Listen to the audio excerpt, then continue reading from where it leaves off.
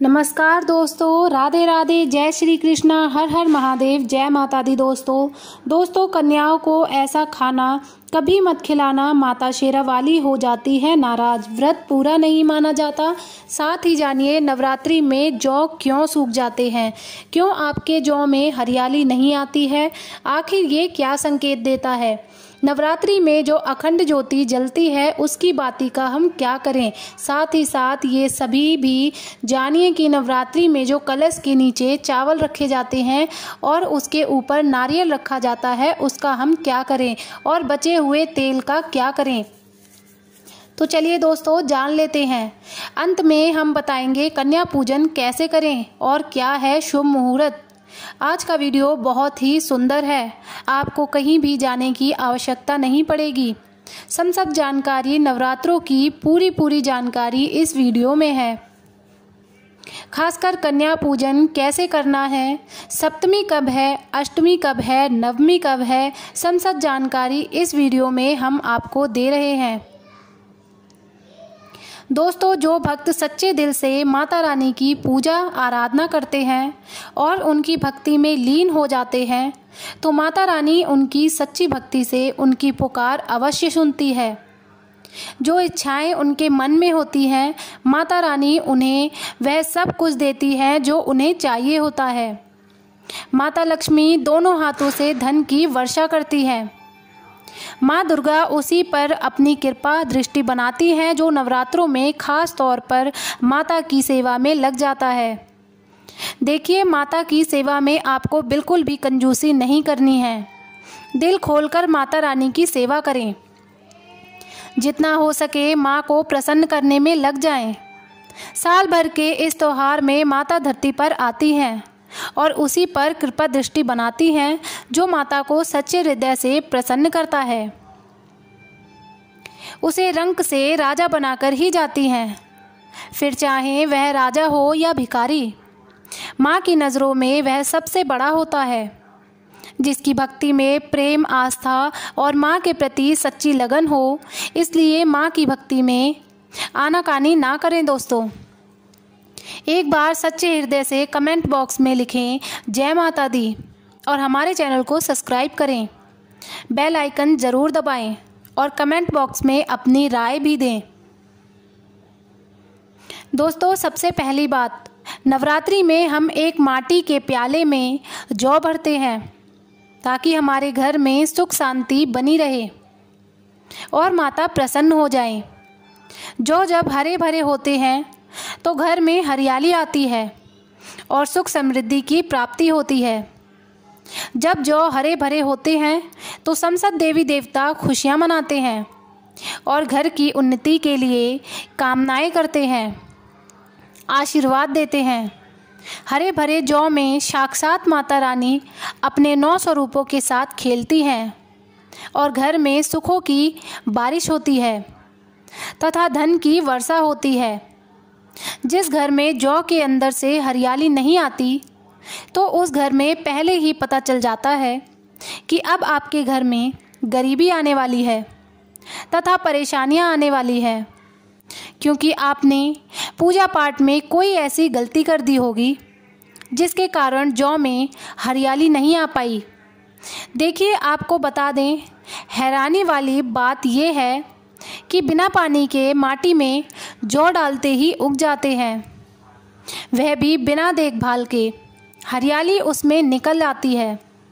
जब हम कलश स्थापना करते हैं और जौ उगाते हैं तो ये बहुत ही सोचने समझने वाली बात है कि आप देख रेख में जबकि आपने पानी बराबर डाला है, परिवार ने अच्छे से देखा, फिर भी ऐसा होने के कारण बाद में जब उसमें जौ ना उगे और हरियाली ना निकले तो समझ लें साक्षात माता रानी आपसे नाराज़ हैं, क्रोधित हो चुकी हैं। माता रानी अपनी संतान को सदैव माफ़ कर देती हैं। आप सच्चे हृदय से माता रानी से माफ़ी मांग लें। माता करुणामयी है और अपने भक्तों को, अपने बेटों को वह सदैव माफ़ कर देती है। जौ में कम हरियाली आना मतलब घर में धीरे धीरे खुशियों का वास होना।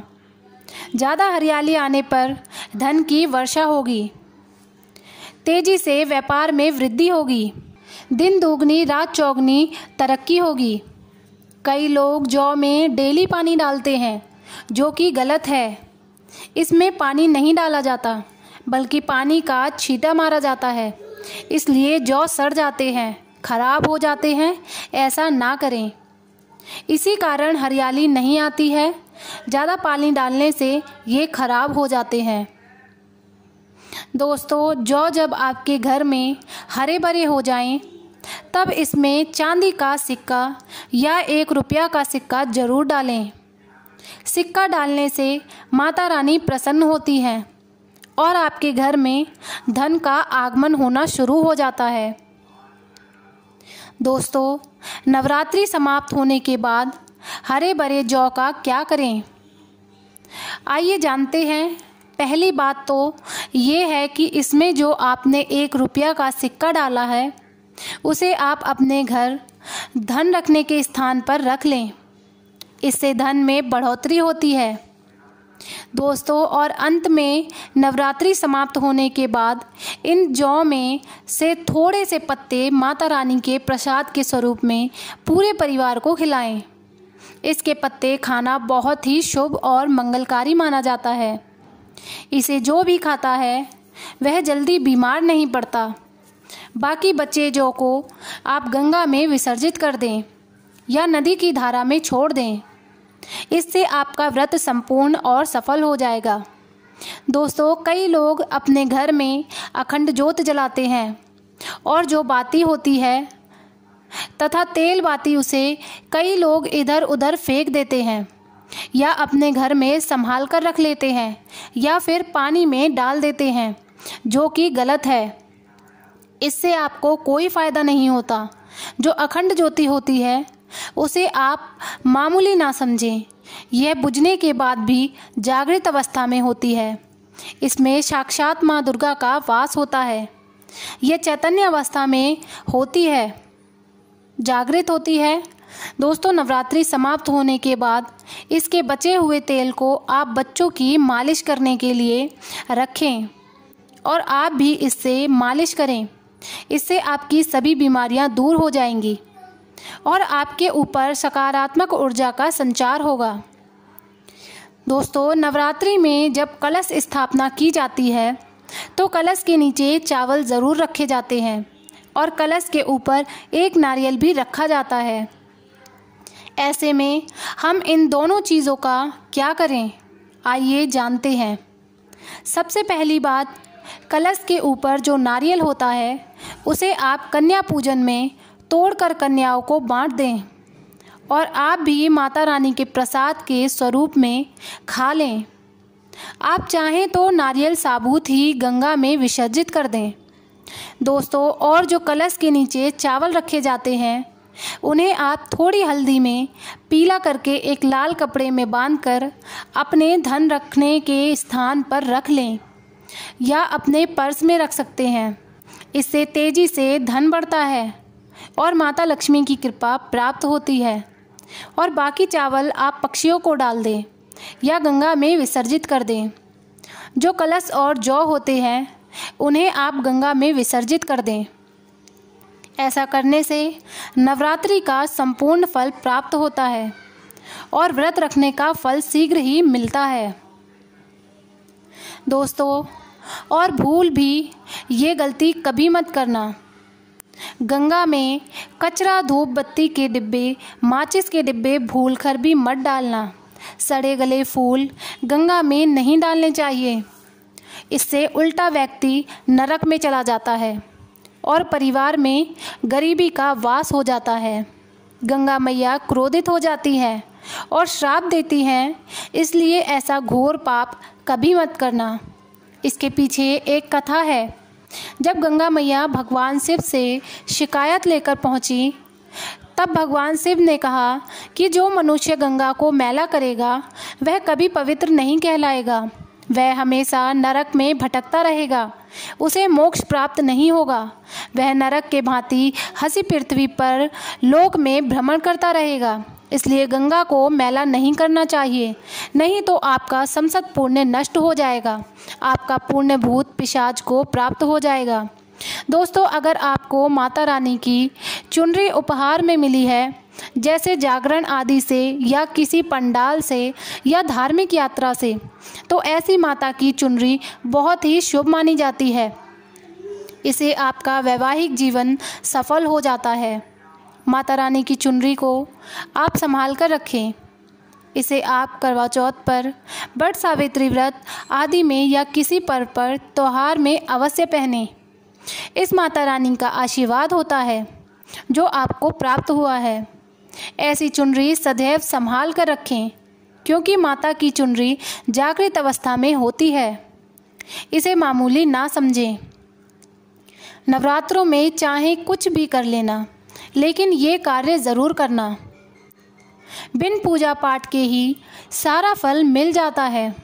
आप चाहे कुछ करें या ना करें, लेकिन नवरात्रों में यह एक काम जरूर कर लेना। माता रानी खुद आपके घर में चल कर आएंगी। स्कंद पुराण में भी लिखा है और देवी पुराण में भी इसका वर्णन मिलता है। माता रानी जितना पूजा पाठ से प्रसन्न होती हैं, उतना ज़्यादा कन्या को भोजन कराने से हो जाती हैं, क्योंकि कन्याओं को देवी का स्वरूप माना जाता है। और जो कन्या होती हैं, नवरात्रि के समय में यह साक्षात नवदुर्गा का स्वरूप हो जाती है। नवरात्रि के दौरान आपको एक पुष्प का पौधा जरूर लगाना चाहिए। हमारे धर्मशास्त्रों में कहा गया है कि अगर कोई व्यक्ति मंदिर के पास सफ़ेद मदार का पौधा लगाता है और उसका फूल शिव मंदिर में चढ़ाता है, तो उसे स्वर्ण दान के बराबर पुण्य की प्राप्ति होती है। मदार का पौधा लगाने से जो फूल खिलते हैं, उन्हें देवी देवताओं को चढ़ाने से पुण्य मिलता है। जो व्यक्ति फूल चढ़ा रहा है, उसे आधा पुण्य मिलता है और आधा पुण्य पौधा लगाने वाले को मिलता है। नवरात्रि के समय अगर आप मदार का पौधा शिव मंदिर या माता रानी के मंदिर के पास लगाते हैं, तो आपको अक्षय पुण्य की प्राप्ति होती है।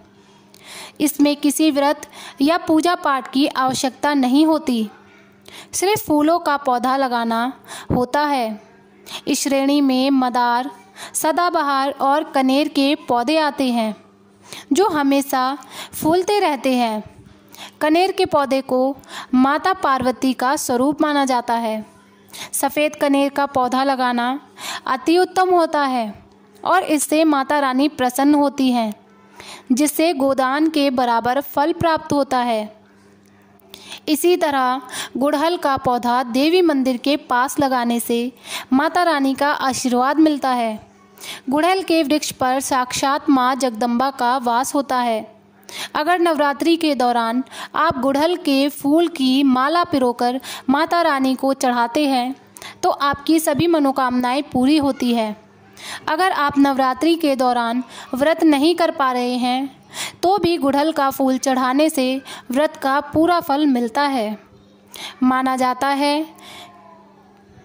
जाता है कि अगर किसी व्यक्ति ने नवरात्रि के समय गुड़हल का पौधा लगा दिया है और उसके फूल देवी देवताओं को चढ़ाए गए, तो उस व्यक्ति को माता रानी आजीवन आशीर्वाद देती हैं और कभी निर्धन नहीं रहने देती।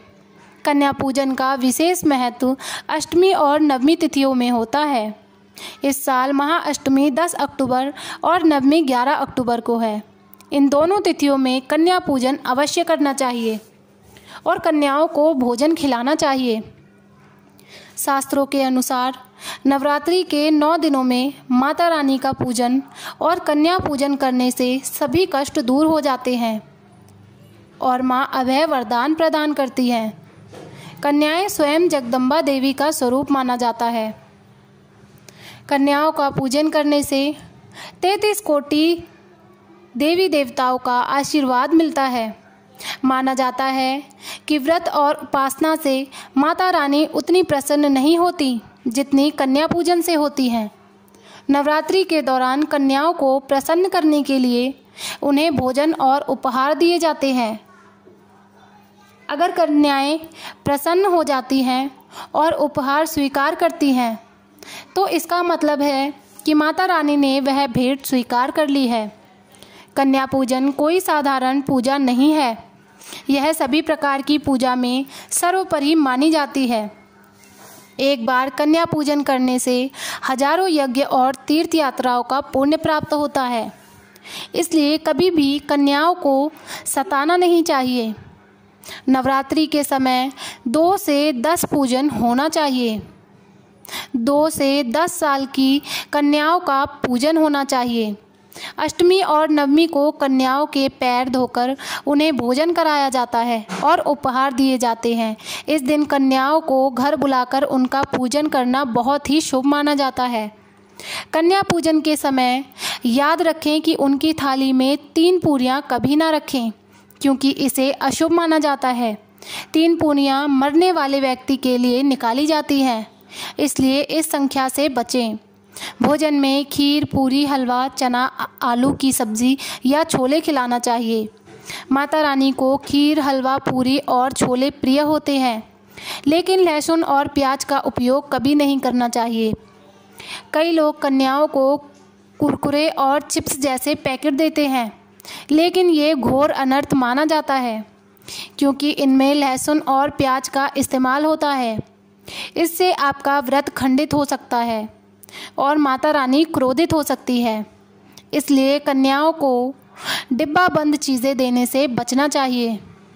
दोस्तों, कई लोग कन्या पूजन में खाना घर पर नहीं बनाते और मार्केट से रेडीमेड लाकर ही खिलाते हैं तथा दही जलेबी खिलाते हैं, जो कि शुभ नहीं माना जाता। माता रानी दही जलेबी नहीं, आपके हाथों का बना भोजन खाना चाहती हैं, आपका प्यार चाहती हैं। फिर चाहे आप घर में एक ही पूरी क्यों ना बनाएं माता के लिए, पर आप स्वयं ही अपने हाथों से माता रानी को भोजन खिलाएं। खासकर नवरात्रों के दौरान घर में पक्का खाना अवश्य बनाना चाहिए। माता रानी बहुत प्रसन्न होती हैं। घर का बना पक्का खाना ही कन्याओं को खिलाना चाहिए। हमेशा याद रखें, कन्याओं को प्लास्टिक के बने दोने में खाना नहीं खिलाना चाहिए। ऐसे पूजा पाठ के लिए शुभ नहीं होते, क्योंकि प्लास्टिक के ज़्यादातर बर्तन जो होते हैं जानवरों की हड्डियों द्वारा बनाए जाते हैं, इसलिए ऐसा पाप मत करना। कन्याओं को हमेशा स्टील के बर्तन या पत्तों से बने बर्तन में ही भोजन कराना चाहिए। ये बहुत ही शुभ माना गया है। अगर पेड़ के पत्तों में भोजन कराते हैं तो माता अवश्य वरदान प्रदान करती हैं। नवरात्रि के दौरान शुक्रवार का दिन अगर कन्या पूजन में पड़ता है तो उस दिन कन्याओं को खट्टी चीज़ें नहीं खिलानी चाहिए। ये दिन माता संतोषी को समर्पित होता है और माता संतोषी खट्टी चीज़ों से रुष्ट हो जाती हैं। ऐसा करने से आपके द्वारा किया गया सारा शुभ काम बेकार हो सकता है और माता का आशीर्वाद आपसे दूर हो सकता है। भोजन के बाद कन्याओं की थाली में 1 लौंग ज़रूर रखनी चाहिए, क्योंकि लौंग देवी शक्ति को बहुत प्रिय होती है। माना जाता है कि लौंग में नवदुर्गा का वास होता है और इसे अर्पित करने से माता रानी प्रसन्न होती है। यही नहीं, कन्याओं को भोजन कराते समय लौंग अर्पित करने से आपके जीवन में लक्ष्मी का वास होता है और धन की कमी कभी नहीं होती। कन्याओं को भोजन के साथ साथ उपहार देना भी बहुत शुभ माना गया है। उनकी थाली में दक्षिणा अवश्य डालें, ताकि आपके घर में सुख समृद्धि बनी रहे। कन्याओं को आप सुंदर कपड़े, चॉकलेट बॉक्स या स्टील के बर्तन उपहार में दे सकते हैं, लेकिन ध्यान रहे कि लोहे का कोई सामान नहीं देना चाहिए, क्योंकि इससे राहु केतु का दोष घर में आ सकता है। जब कन्याएं आपके घर से प्रस्थान करें तो उनके चरण जरूर छुएं और माता रानी से अपनी मुराद मन में रखकर सच्चे दिल से प्रार्थना करें। सच्चे दिल की भक्ति से माता रानी अवश्य प्रसन्न होती है और आपकी हर मुराद पूरी करती हैं। नवरात्रि के दौरान अगर आपको कुछ विशेष संकेत मिलते हैं तो समझे कि माता रानी आपके घर में पधार चुकी है। पहला संकेत यह है कि जब आप कलश स्थापना करते हैं और जौ से हरियाली निकलती है तो ये भविष्य में अच्छे समय का संकेत होता है। यदि जौ नहीं उगते हैं तो यह अशुभ माना जाता है और आपको माता से क्षमा मांगनी चाहिए। दूसरा शुभ संकेत ये है कि अगर नवरात्रि के दिनों में आपकी नींद ब्रह्म मुहूर्त में यानी सुबह 4 बजे के आसपास खुलती है तो ये माता रानी की कृपा का प्रतीक होता है। इस समय उठने का मतलब है कि माता की शक्ति आपके साथ है और आपको जल्द ही कोई शुभ समाचार मिलेगा। तीसरा संकेत ये है कि अगर आपका मन पूजा पाठ में लगने लगे और पूजा करते समय मन शांत हो जाए तो ये माता की प्रसन्नता का संकेत होता है। इससे ये पता चलता है कि माता आपकी भक्ति से प्रसन्न है और जल्द ही आपके जीवन में अच्छे दिन आने वाले हैं। चौथा संकेत ये है कि अगर पूजा के समय माता के गले से फूल गिर जाए या जौ के पत्ते बिना हवा के हिलने लगे तो ये बहुत ही शुभ होता है। ये संकेत माता लक्ष्मी की कृपा का प्रतीक है और इसका मतलब है कि आपकी गरीबी अब खत्म होने वाली है। एक और महत्वपूर्ण संकेत ये है कि अगर आपके सपने में शेर या देवी माता का दर्शन हो तो इसे अत्यंत शुभ माना जाता है। यह इस बात का प्रतीक होता है कि माता आपके मनोकामना जल्द पूरी करने वाली है और आपके शत्रु पराजित होंगे। आखिरी और सबसे महत्वपूर्ण संकेत ये है कि अगर नवरात्रि के दौरान आपके घर में कोई कन्या लाल वस्त्र पहने हुए दिखाई दे तो ये माता दुर्गा का आशीर्वाद होता है। ये संकेत बताता है कि आपके घर में अब सुख समृद्धि का वास होने वाला है और आपको तरक्की के रास्ते पर बढ़ना है। तो दोस्तों, ये थे कुछ महत्वपूर्ण संकेत जो नवरात्रि के दौरान माता रानी की कृपा प्राप्त करने के प्रतीक होते हैं। हमें उम्मीद है कि आपको ये जानकारी उपयोगी लगी होगी। अगर इस वीडियो से आपको कुछ नया जानने को मिला है तो कृपया हमें ज़रूर बताएं। आप चाहें तो वीडियो को लाइक करके भी अपनी प्रतिक्रिया दे सकते हैं। हमारे चैनल को ज़रूर सब्सक्राइब करें ताकि हम आपके लिए और भी तब तक के लिए अपना ख्याल रखें। जय माता दी। राधे राधे भक्तों।